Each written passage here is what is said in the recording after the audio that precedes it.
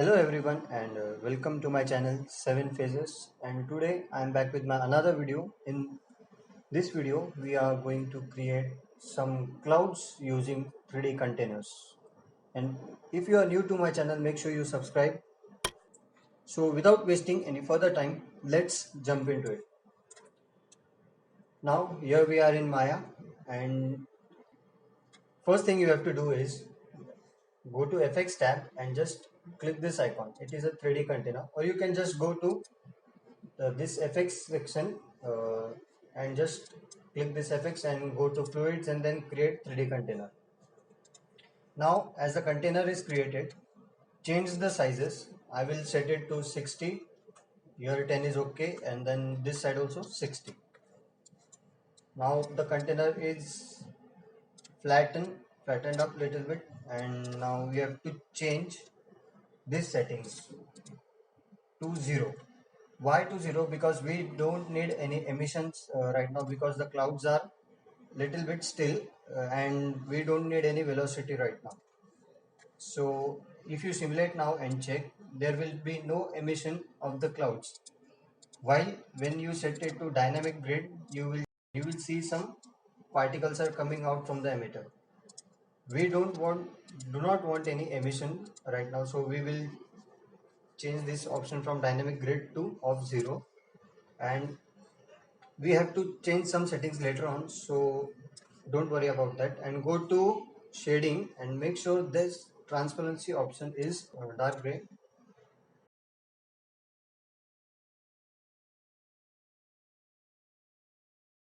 And we have to change this option also, but I will show you that later, then you will understand it quite well. So shading option is okay, transparency this is dark gray.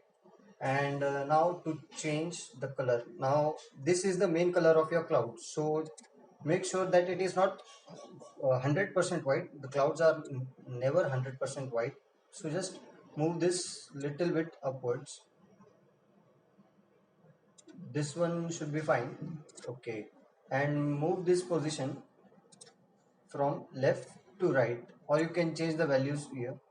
You can put the value 750 or 780, because from here to here it will be little bit darker or it will be dense, and we need the color input from constant to y-axis, because we need some color gradient from x to y. That is the reason we have changed this color input from y from constant to y gradient. Okay, now input bias is okay, we can change that later on. And now opacity tab. Now one thing will happen here, if we have to set this opacity to constant. Now you will see some clouds or some particles in this container.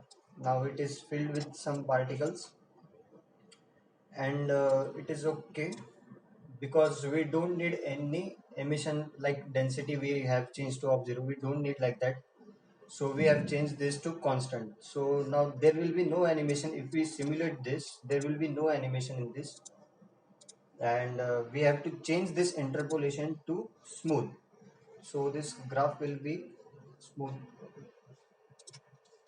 Wait a minute, it is not responding. Linear, then smooth. Okay, we will adjust that later.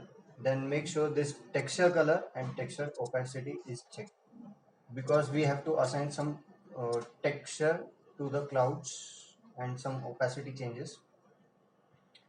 The main thing we have to change in this tab is just amplitude, ratio, and depth. The three things we have to change. Amplitude is to be set in 900, or you can change it, because how much height and all it is required in this it is set in this amplitude. Then the ratio you have to set from 400, 450, 500 as your requirement. Set the depth to 4, 6, and check this inflection on. Now most of the work is done. Okay, one more is remaining. Go to lighting tab and click on self shadow. When I click on self shadow, you will see a sudden change in this container. Some kind of dark areas appeared in this. These are the settings, and now if we render this, you will see some clouds. You will not see right now because the renderer is set to R0. And the main thing is whenever you render some particles or any uh, particle system or any dynamic simulations in Arnold, you will be not be visible because it always renders in Maya software. So change the renderer to Maya software and then go and render again. Now you will see some changes. When we have to, as I said, I will show the two settings later on, the opacity and the edge drop off. We have to change that two settings as our requirement. We have done these settings, so this one is fine. We have to change the two settings only. Opacity, so the opacity graph should be like this as your requirement, but I need some darker portions. This part of graph handles the dark portion and this part of graph handles the lighter portion, so I need darks more darker and some.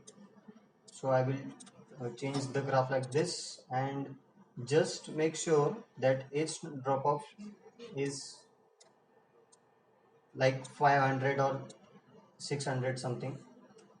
And now render this so you can see the changes.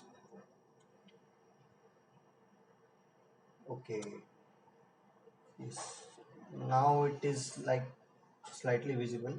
Now it is looking like a cloud. It is not looking good in this black background. We have to change the background later on.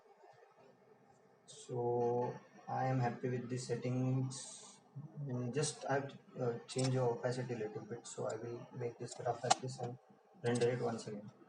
So what are the changes we can see?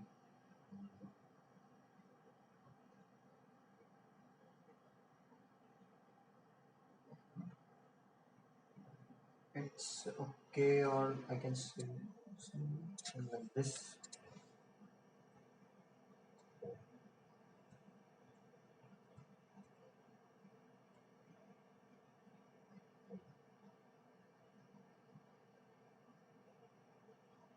It is okay. So it is not looking good in black background, so you are not getting a really what has happened in this. So we will make some, create some sphere and assign some HDRI. We will scale that up, and now we have to go to mesh, go to modeling tab and go to mesh and then reverse, assign new material, Lambert, go to settings, assign some file, browse the file, and I will use the, wait a minute on this one. Yes, party cloud, this one. I will use this HDRI. The HDRI is assigned as you can see in this, but you have to see in this, so just hit 6. Now the HDRI is visible. And now if you render and check,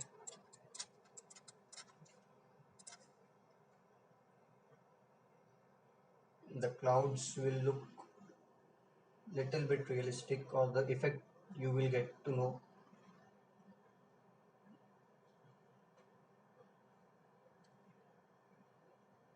Okay, so diffuse is quite low of the cloud, of the HDRI, sorry. So go to HDRI, go to Lambert and make sure diffuse is okay, up, way up.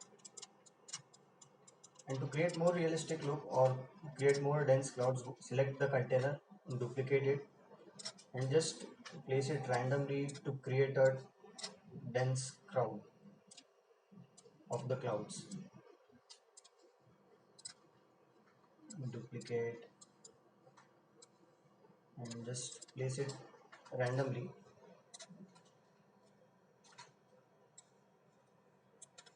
Leave some space in between to see the land. If we render like this, then let's see what happens.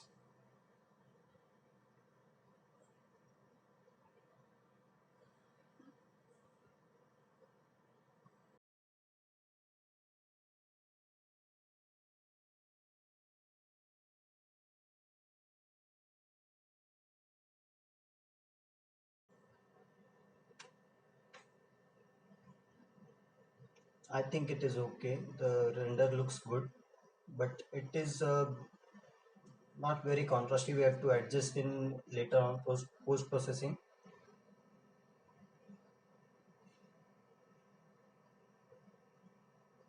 Okay, it looks good.